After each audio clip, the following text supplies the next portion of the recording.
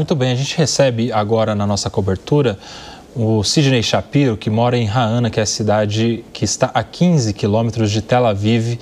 Tel Aviv, a cidade dessas imagens que você vê ao vivo à direita da sua tela e que há pouco foi novamente bombardeada pelo Irã.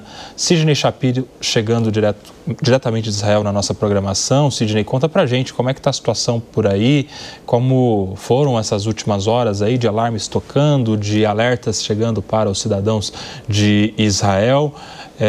Explica pra gente como tem sido esses últimos 3 dias aí em Israel. Eu quero, em primeiro lugar, cumprimentar todos os espectadores da PAN, uma rádio que a gente sempre ouviu desde criança, repita, né? Mas algumas coisas precisam ser repetidas. Em primeiro lugar, óbvio, a situação em Israel é uma situação tensa, porém relativizada. A gente vê a população preparada para receber toda esse bombardeio, essas ameaças iranianas.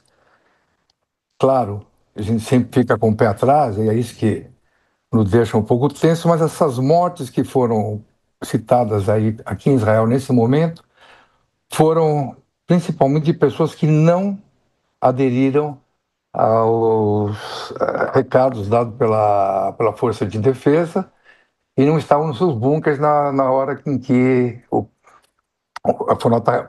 foi atacado pelos mísseis. Isso é uma coisa que é mais ou menos relativo. A segunda parte é que a gente tem um sistema de saúde que funciona.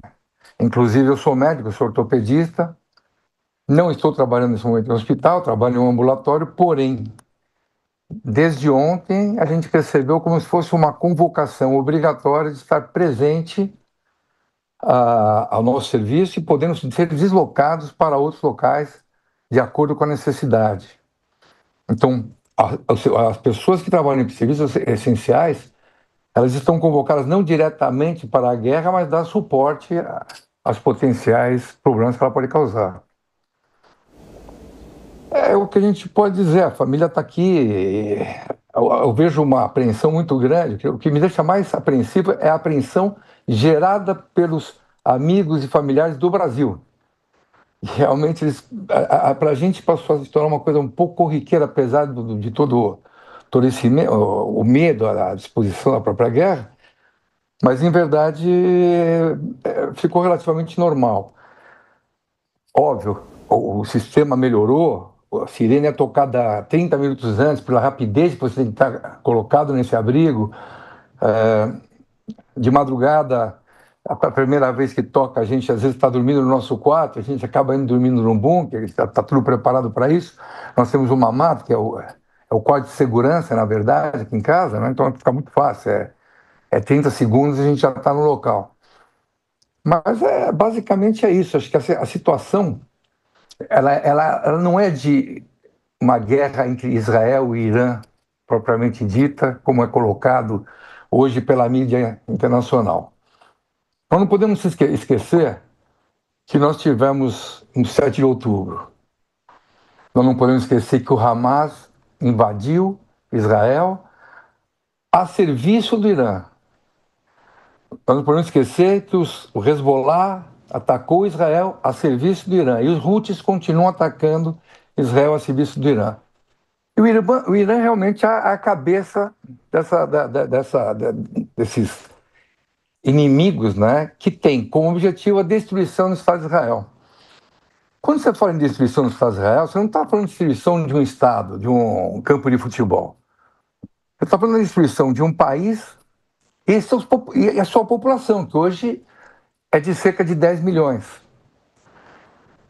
Não podemos esquecer que o pluralismo em Israel, ele existe e é extremamente secular, né? Secular, desde a sua fundação. Tanto que hoje, o Irã tem mandado mísseis a esmo, atacando a população civil, sim, de verdade, sem aviso, sem nada. E nós temos como uma forma de comprovar que eles, nessa manhã, eles atingiram uma cidade árabe muçulmana. Às vezes não estão muito preocupados no que eles estão fazendo. Ao mesmo tempo, Israel está se defendendo preventivamente de uma coisa que pode acontecer a qualquer momento. O 7 de outubro nunca se imaginou acontecer, numa história recente de Israel, uma invasão e a morte de tantos israelenses e não israelenses, né? Tem filipinos, tailandeses, árabes até, que foram reféns em Gaza, ou mortos, estuprados, queimados nos seus kibbutzim. Então, essa parte, tem muita gente que quer fazer uma relativização da história de uma coisa com a outra. Em Gaza, eu acho que é importante a gente relembrar Gaza, que ainda tem 53 reféns por lá. O Hamas recebia o auxílio internacional, a ajuda humanitária, e vendia para os gazenses. Enquanto houve essa mudança agora, que Israel e os Estados Unidos estão passando a distribuir esse alimento, e a própria população de Gaza hoje ela tem uma alimentação melhor, ela tem até uma certa relação com Israel, com o próprio Estados Unidos, porque uma vez que aquele território não é controlado pelo Hamas. É verdade que nós tivemos uma situação cinematográfica contra o Hezbollah, e agora sobrou a única atitude para Israel. O Irã estava muito próximo de conseguir uma bomba atômica. E quando você pensa no que aconteceu no 7 de outubro, você sabe a capacidade do radicalismo islâmico em fazer qualquer coisa com o objetivo realmente de destruir o Estado de Israel e também o povo judeu. Não é simplesmente uma atuação no sentido de destruir só Israel. Sidney, você falou que você é médico, né, e que apesar de não trabalhar no hospital, trabalhar em ambulatório, está numa espécie de sobreaviso aí à disposição, é basicamente isso, né? A minha pergunta é a seguinte: como é que é a segurança para os profissionais que precisam estar trabalhando nessas situações de emergência, nessas situações em especial ligadas à saúde? Você já precisou em algum momento, nesse período que você mora aí em Israel, estar numa situação como essa, de estar lá à disposição? O que é colocado à disposição de vocês em relação à segurança? Na verdade, a segurança de sempre. Hoje mesmo, estava no trabalho, fomos avisados, tocou a sirene, existe o quadro de segurança lá no ambulatório, os pacientes entram junto e a situação é muito semelhante. O nosso risco maior mesmo é quando nós estamos na rua e o tempo fica curto para chegar a algum lugar. A gente sabe, nos hospitais israelenses, eles sempre foram preparados para que os seus estacionamentos no subsolo se tornassem hospitais. Então, muitos desses hospitais já estão preparados para uma calamidade, uma situação mais agravante em que necessite abrir um hospital vedado a esses tiros, esses mísseis, de uma forma mais intensa, que fica o hospital inteiro, centro cirúrgico, os leitos, todos dentro desse subsolo. É claro que também os pacientes, nesse momento, a gente está num quase lockdown, né? Os pacientes não têm procurado diretamente os nossos serviços, a não ser realmente em casos mais urgentes. Mas a gente passa assim, e às vezes a gente está na rua e ouve essa sirene tocando,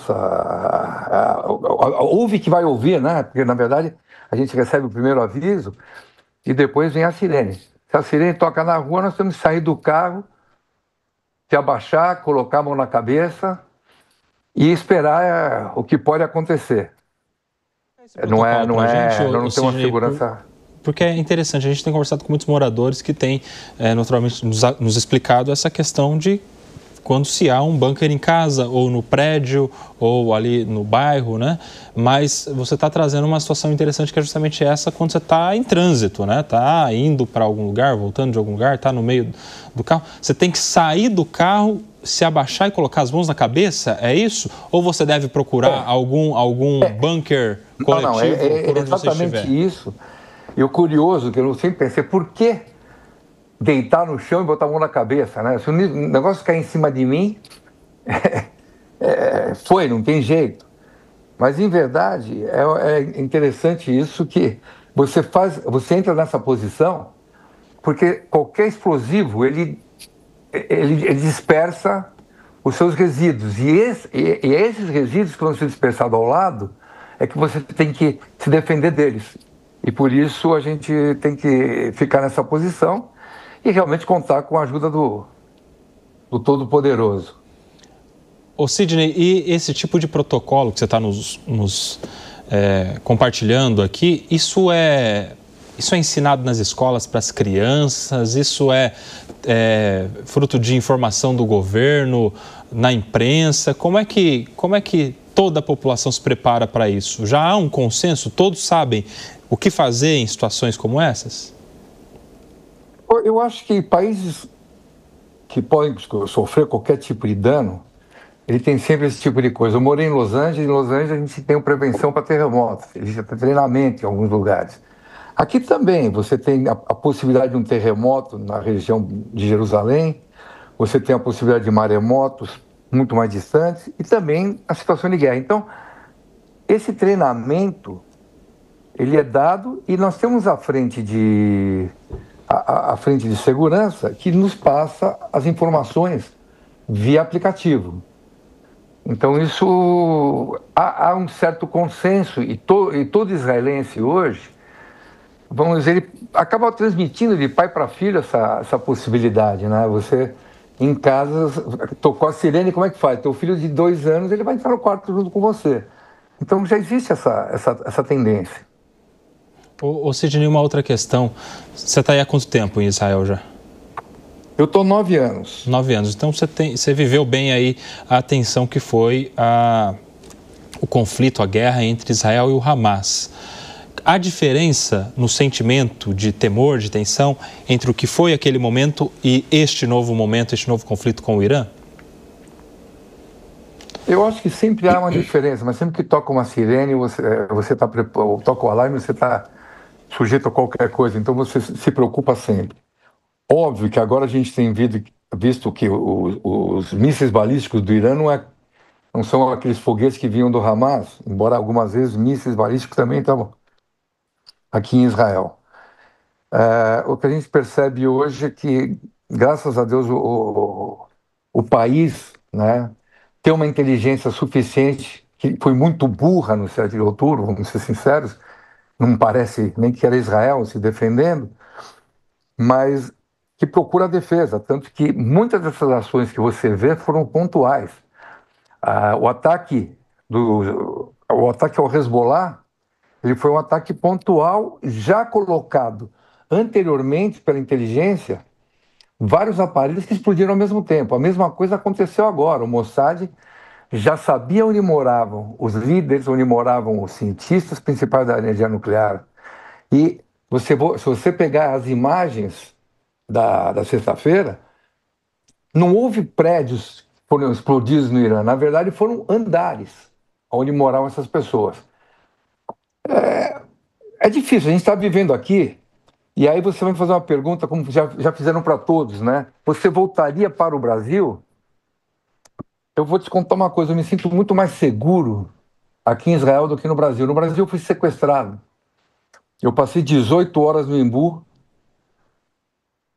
por meros R$ 500, sei lá quanto foi, não era muito, né? Para um assalto relâmpago, e que me pegaram num feriado, e minha família ficou realmente desesperada. Eu não vejo esse desespero aqui no dia de hoje. Até para te contar um pouco mais, quando os Houthis começaram a atacar, o meu irmão estava num congresso aqui, esportivo, e ele saiu para o bunker, né? No local que ele estava hospedado. E no dia seguinte a gente saiu para almoçar. E tocou a sirene na hora do almoço, nós levantamos, fomos até o quarto de segurança do restaurante, passou 10 minutos, voltamos a comer. Ele falou, mas é isso que é o estresse? Eu falei, felizmente é. E é um estresse muito menor do que eu ver duas pessoas numa moto atrás de mim em São Paulo. Pode acontecer qualquer coisa. A gente tem aprendido a viver com um pouco mais de a aparência um pouco mais violenta, mas em verdade nós temos uma relação pessoal de segurança muito maior. Ô Sidney, você teme que esse conflito se estenda por meses, se estenda por anos? Porque quando nós tivemos o 7 de outubro de 23, havia ali uma grande questão, né? Até quando irá este conflito entre Israel e o Hamas? E naturalmente que é um conflito que se estende, mas que gradualmente foi diminuindo os riscos do povo israelense à medida em que Israel foi tomando o território da faixa de Gaza. Agora a gente está falando do Irã, de um país que não faz divisa, que tem esse conflito aí por mísseis, por drones mais potentes, enfim. Você tem um temor de que isso se estenda por muito tempo e de que se agrave? Veja, essa extensão que você coloca do Hamas e do Irã, a gente nunca pode esquecer que existem cidadãos israelenses ou do mundo que ainda são reféns em Gaza. A atuação do exército em Gaza não pode ser chegar simplesmente explodir Gaza, matando civis, explodindo hospitais sem tirar esses pacientes, que é onde estão guardados o arsenal do Hamas era guardado. Então, em Gaza ainda há um cuidado maior para que não se cometa o que eu digo, porque eu ouço muita gente falando em genocídio, inclusive o nosso querido presidente, e aí ele coloca 2 milhões de crianças morrendo em Gaza. Gaza não tem a população total, sei lá, 20 milhões. Então, esses números elas não são confiáveis. Mas, em compensação, a gente sabe que Israel realmente, em termos dessa guerra, óbvio que há perdas civis, mas ele é extremamente ético e visa buscar esses reféns em primeiro lugar, não é simplesmente tomar Gaza. Quanto ao Irã, pela primeira vez, depois de muitos e muitos anos, Israel está combatendo de igual para igual, é um país contra um país. Mesmo assim, existe uma ética fundamentada onde Israel procura evitar a morte de civis, tanto que Teherã está sendo evacuada, tanto que a gente vê que as pessoas que não estão envolvidas não estão perdendo vidas, as que estão, a gente sabe que lá no Irã os ataques são um pouco mais pontuais. A gente viu no Líbano, inclusive, isso até me divertia na televisão, porque é sui generis, né? O Israel avisava que ia atacar aquele prédio. E você via toda a população libanesa a mais ou menos uns 1 quilômetro do prédio filmando o que era simplesmente uma implosão. E todo mundo saía do prédio. Eu acho que sim, quando você fala em estender a guerra com o Irã, eu acredito que pode ser que sim, pode ser que não. Eu acho que tudo vai depender dos objetivos. Hoje Israel tem um objetivo premente, que é acabar com o arsenal atômico e também com a força de ataque do Irã. Porque realmente isso nos preocupa. Um governo radical pode, de hora para outra, enviar uma bomba atômica ou até mísseis aleatórios. Aqui as mísseis estão chegando aleatoriamente. Sim. A defesa de Israel tem que atuar de uma forma incisiva. Graças a Deus existem alguns países junto que ajudam nessa defesa, mas são mísseis realmente de grande porte. Sim.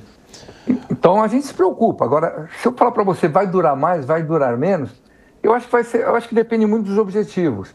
E vou te contar uma coisa. Hoje eu acabei de ouvir o professor falando aí que acha que há uma condição de se relativizar e conseguir um acordo de paz. Eu não vejo essa situação quando um país, mesmo fazendo um acordo de paz, prega a destruição de um povo inteiro. Aliás, isso não é novo entre o povo judeu e o Irã.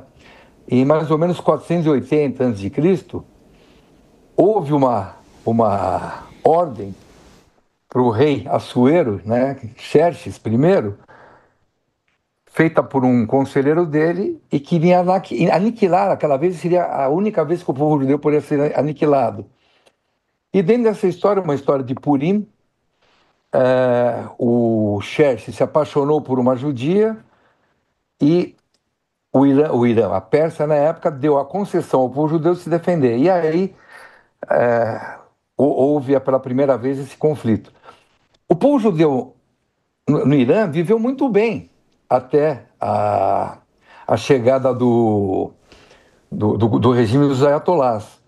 Inclusive, quando a gente fala do Shah Reza Pahlavi, uma neta dele é casada com um judeu americano. Então eu acredito que a paz pode vir, mas não com o radicalismo dos ayatolás. Perfeito. Quero agradecer, viu, Sidney? Sidney Shapiro, médico que mora em Ha'ana, cidade a 15 quilômetros de Tel Aviv, conversou conosco aqui, nos ajudando a entender a situação dos moradores lá de Israel, que vivem novamente essa onda de ataques. Terceiro dia de ataques do Irã diretamente contra Israel, já há 14 mortos em Israel, dezenas de feridos. Sidney, muito obrigado pela sua participação, espero que tudo vá bem com vocês, que não haja mortes, não haja feridos e que tudo se resolva da melhor maneira possível e espero conversar contigo numa situação muito melhor também. Muito obrigado, Sidney Shapiro, participando conosco aqui da Jovem Pan. Eu que agradeço a Jovem Pan. Como falei, é um local, é uma rádio, agora é uma televisão também, que faz parte da nossa vida. E sempre que vocês precisarem, a gente está disponível. Muito obrigado. Sidney Shapiro, morador de Israel.